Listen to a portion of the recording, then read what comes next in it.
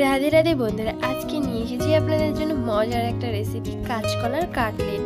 এটা তৈরি করার জন্য প্রথমেই আমার নিতে হবে 3টে কলা। আপনারা আপনাদের মতো নিয়ে নেবেন।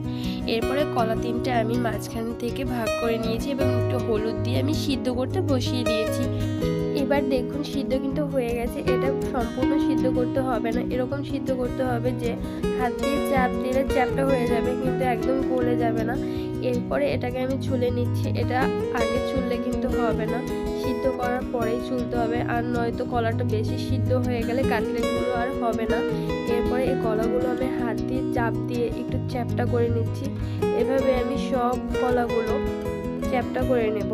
এই দেখুন নেওয়া হয়ে গেছে। আমি এখন একটা শুকনো মিশ্রণ তৈরি করে নেব। এর জন্য আমি প্রথমেই চালের গুঁড়ো দিয়ে দিয়েছি। যতটুকু চালের গুঁড়ো দেবেন ততটুকু পরিমাণে বেসন দিয়ে দিয়েছি।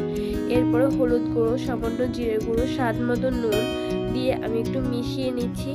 এরপরে হচ্ছে শুকনো লঙ্কার গুঁড়ো দিয়ে আমি আবার মিশিয়ে নিচ্ছি। এটা কিন্তু খুব ভালো মতো মিশিয়ে নিতে হবে।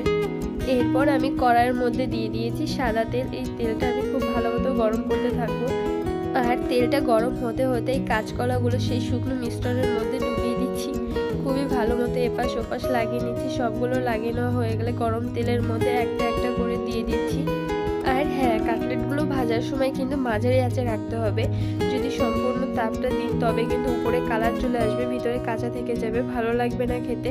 এভাবে আমি উল্টে পাল্টে সবগুলো ভেজে নিচ্ছি। দেখুন কত সুন্দর হয়েছে আমার কাটলেটগুলো দেখেই কিন্তু জিভে জল চলে এসেছে। এটা আপনার চা, মুড়ি, ডাল ভাত বলুন বা তরকারি বলুন, যে কারো সাথে একদম জমে যাবে।